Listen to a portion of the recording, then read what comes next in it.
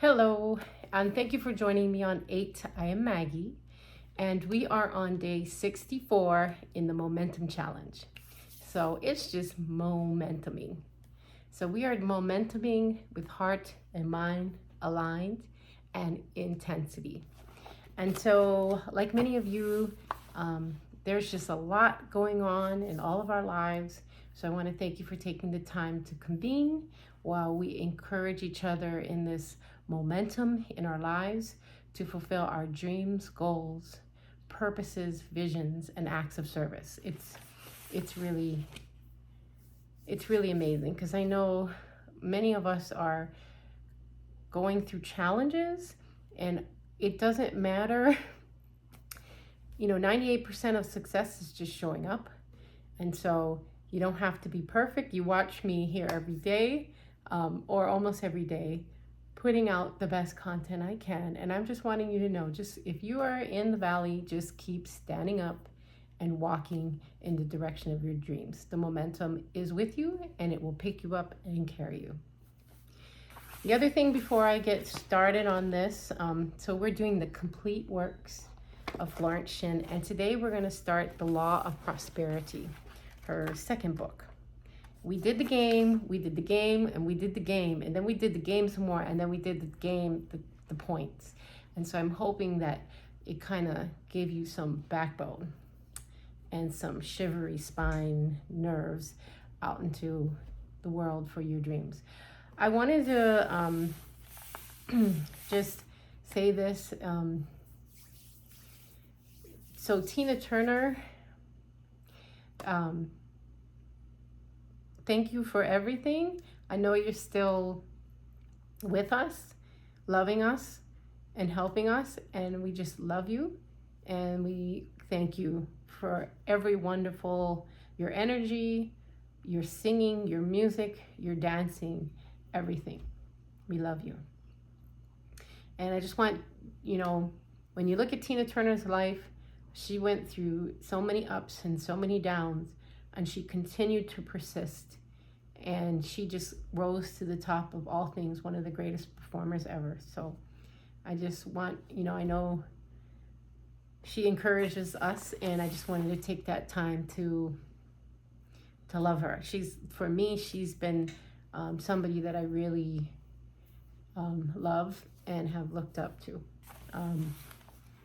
So Tina Turner, we love you. All right, we're going to welcome in the angels, grounding, opening, welcoming in the angels.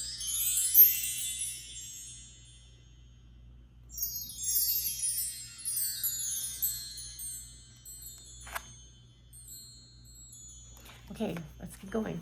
The law of prosperity. Yea, the Almighty shall be thy defense, and thou shalt have plenty of silver. Okay, so I just love this book because you can feel the times in it to me. Okay. Yea, the Almighty shall be thy defense, and thou shalt have plenty of silver. Okay, we love you, Florence Shinn, too. So one of the greatest messages given to the race through the scriptures is that God is man's supply, and that man can release through his spoken word all that belongs to him by divine right. He must, however, have perfect faith in his spoken word. Ooh, yeah. So, like she said in the first chapter, fear is inverted faith, right? So if you're catching yourself, clipping into the fear zone, remember it's your inverted faith. So pop that baby back up. Isaiah said, "My word shall not return unto me void, but shall accomplish that whereunto it is sent." We know now that words and thoughts are a tremendous vibratory force, ever molding man's bodies and affairs. Fire right there. Isaiah said, "My word shall not return unto me void, but shall accomplish that whereunto it is sent." So if you say, I am strong, if you say, I am powerful, if you say, I am healed, I am healthy, I am loved, then so it is.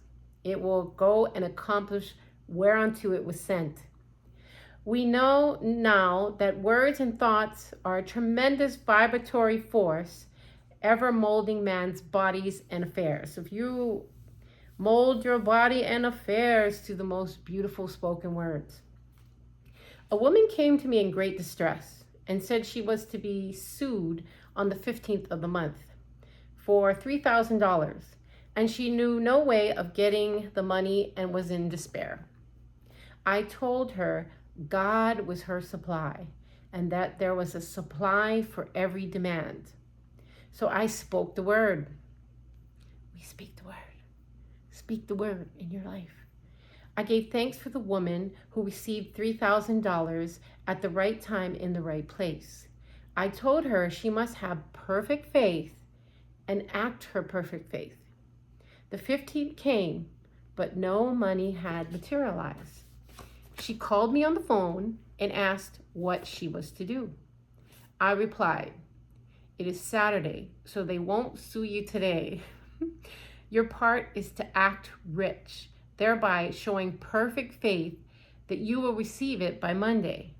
She asked me to lunch with her to keep up her courage. Okay, so you see that two or more gathered in her name. Like, if you're having a hard time, partner with somebody who's going to help you be courageous and, like, I would say higher energy to help kind of pull you up to the positive place. So she asked me to lunch with her to keep up her courage. When I joined her at the restaurant, I said, "This is no time to economize. Order an expensive luncheon and act as if you have already received the $3,000. All things whatsoever ye ask in prayer, believing ye shall receive." You must act as if you have already received. The next morning, she called me on the phone and asked me to stay with her during the day.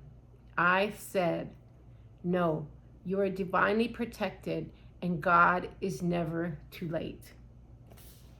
In the evening, she phoned again, greatly excited, and said, "My dear, a miracle has happened. I was sitting in my room this morning when the doorbell rang and I saw the maid. I said to the maid, 'Don't let anyone in.' The maid, however, looked out the window and said, 'It's your cousin with the long white beard.' So I said, 'Call him back. I would like to see him.' He was just turning the corner when he heard the maid's voice and he came back. He talked for about an hour, and just as he was leaving, he said, 'Oh, by the way, how are finances?' I told him I needed the money, and he said, 'Why, my dear, I will give you $3,000 the first of the month.' I didn't like to tell him I was going to be sued. What shall I do? I wouldn't receive it till the first of the month, and I must have it tomorrow. I said, 'I'll keep on treating.' I said, 'Spirit is never too late. I give thanks that she has received the money on the invisible plane and that it manifests on time.' The next morning, her cousin called her up and said, 'Come to my office this morning and I will give you the money.' Whew. That afternoon, she had $3,000 in her credit to her credit in the bank and wrote checks rapidly as her excitement would permit. If one asks for success and prepares for failure, he will get the situation he has prepared for. For example, okay, so I want to just encourage you, like, I'm going to read, we're going to do this, and then we're going to do it again, because it just kind of, it's like marinating chicken, and we're the chicken. We're going to be the best tasting spiritual chicken ever.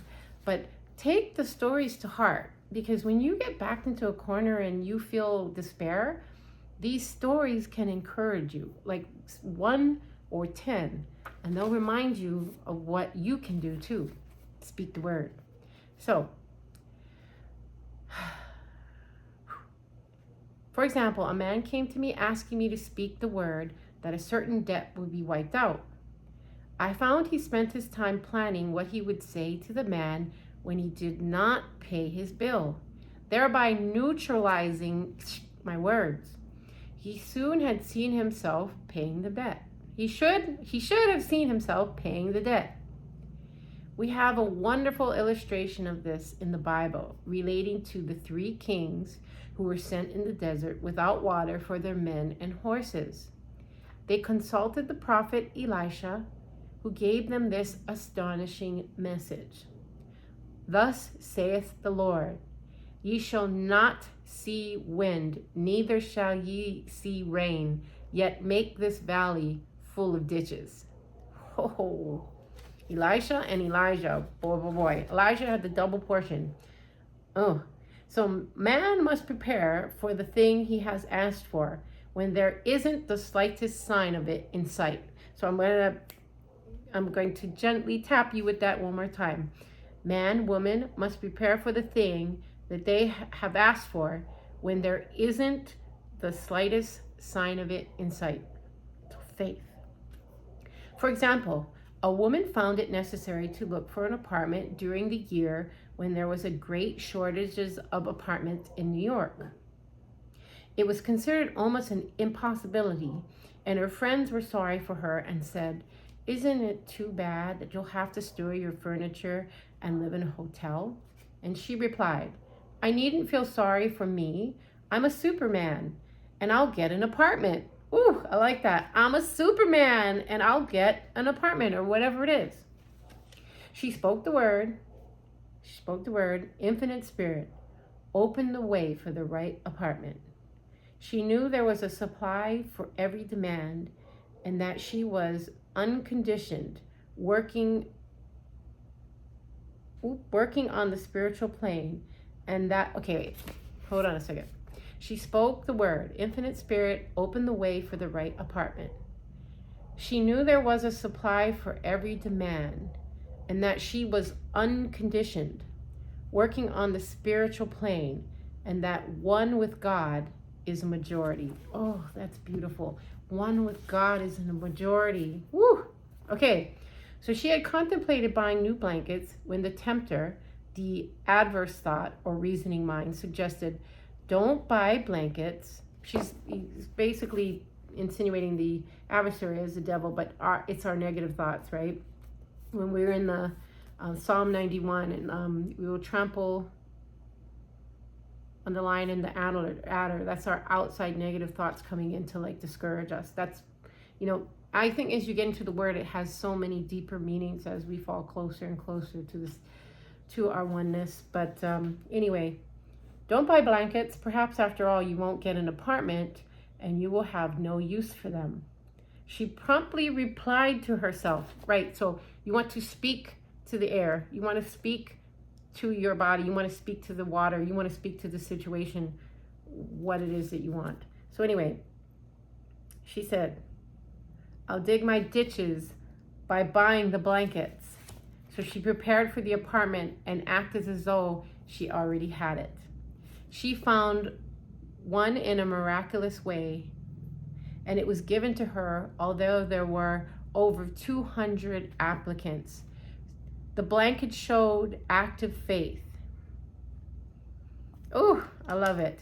It is needless to say that the dishes dug by the 3 kings in the deserts were filled to overflowing. Getting into the spiritual swing of things is no easy matter for the average person. Ooh, I got a mosquito biting me. It must be tasty. So anyway, the adverse thoughts of doubt and fear surged from the subconscious. They are the army of aliens which must be put to flight. And this explains why it is so often darkest before the dawn.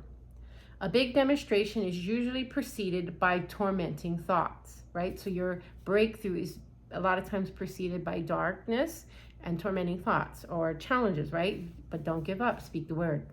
So having made a statement of high spiritual truth, one challenges the old beliefs in the subconscious, and error is exposed to be put out, right? So in church, they'll say, I'm casting out that demon, or I'm casting out that thought or casting out that illness, right? So this is the time when one must make his affirmations of truth repeatedly and rejoice and give thanks that he has already received.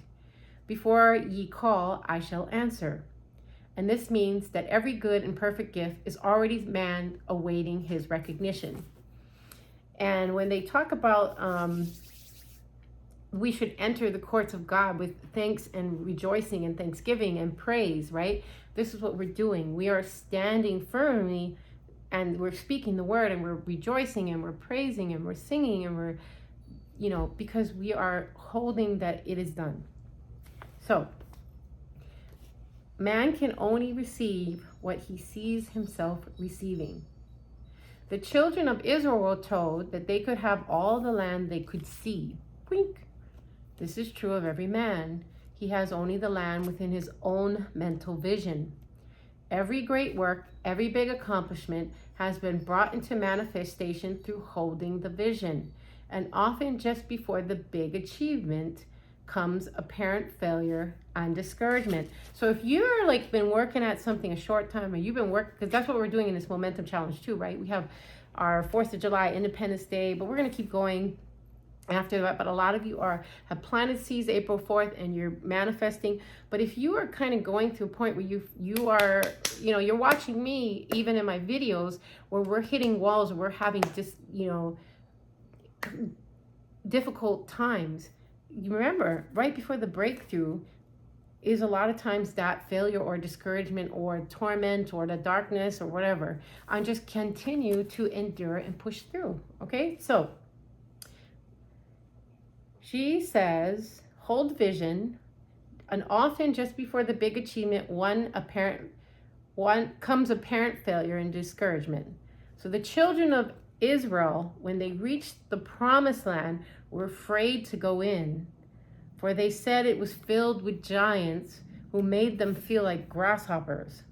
And there we saw the giants, and we were in our own sight as grasshoppers. And this is almost every man's experience. Absolutely. Okay, so this is the law of prosperity, and we are going to conclude on that note. We are entering the promised land, and we are going to speak the word, and we are going to boldly walk into the promised land. And even if some of us are shaking, we're still going to walk into the promised land. We're going to be, even shaking can be boldness. So this is almost every man's experience.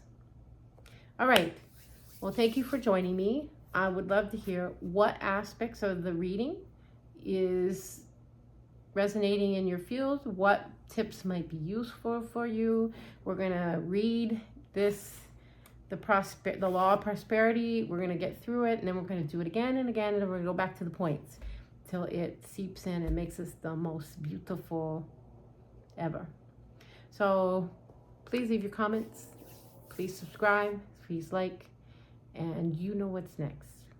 Thank you for joining me. You know what's next. Peace in, peace.